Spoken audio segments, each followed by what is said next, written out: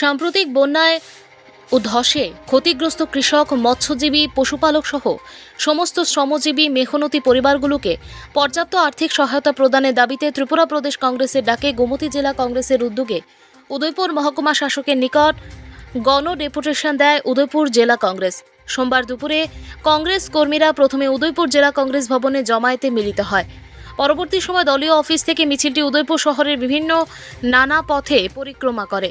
শহর পরিক্রমা শেষে গোমতী সুভাষ সেতু ব্রিজ পার হয়ে গোকুলপুরে অস্থায়ী উদয়পুর মহকুমা শাসকের অফিসে গিয়ে গণ ডেপুটেশনে মিলিত হয় 6 জনের একটি প্রতিনিধি দল। উদয়পুরের অতিরিক্ত মহকুমা শাসক সুব্রত দাসের নিকট দেওয়া হয়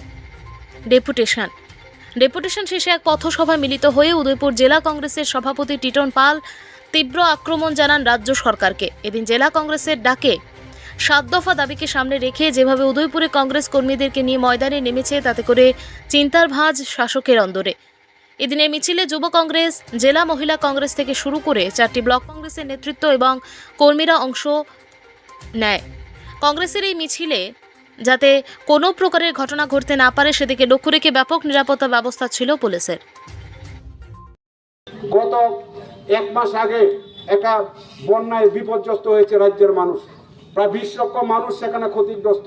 আমরা প্রদেশ কংগ্রেস বারবার সেখানে বলেছিলাম যে ত্রিপুরা রাজ্যকে কেন্দ্রীয় সরকার খরা কবলিত রাজ্য সেখানে ঘোষণা করা হোক, স্পেশাল প্যাকেজ সেখানে দেওয়া হোক। কারণ তারা চিৎকার করে বলেন এই রাজ্যে যে সরকার আছেন ডাবল ইঞ্জিনের সরকার, এই রাজ্যেও বিজেপি সরকার, দিল্লিতেও ভারতীয় জনতা পার্টির সরকার।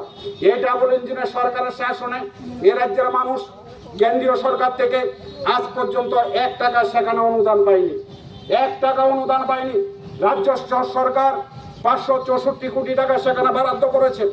আমরা বরাবর বলেছি এই যে বন্যা ক্ষতিগ্রস্ত মানুষ, 20 লক্ষ মানুষ সেখানে ক্ষতিগ্রস্ত হয়েছে, সেই ক্ষতিগ্রস্ত কোন কোন দপ্তরে কি পরিমাণ ক্ষতির পরিমাণ তা সেখানে তদন্ত করে সেখানে নিরূপণ করা হোক।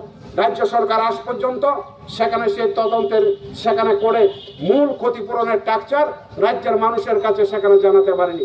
আমরা দেখলাম রাজ্য সরকার 564 কোটি টাকা সেখানে বরাদ্দ করেছেন। এই 564 কোটি টাকার মধ্যে কি দেখলাম? আমরা দেখলাম পিডব্লিউ দপ্তরের জন্য সেখানে 200 কোটি টাকা, আমরা দেখলাম বিদ্যুৎ দপ্তরের জন্য 100 কোটি টাকা। এই রাজ্যের ইনফ্রাস্ট্রাকচার সেখানে ক্ষতি হয়েছে, সেটা তৈরি করতে হবে, তাতে প্রদেশ কংগ্রেসের কোনো আপত্তি নেই। ব্যুরো রিপোর্ট, জনতার বার্তা।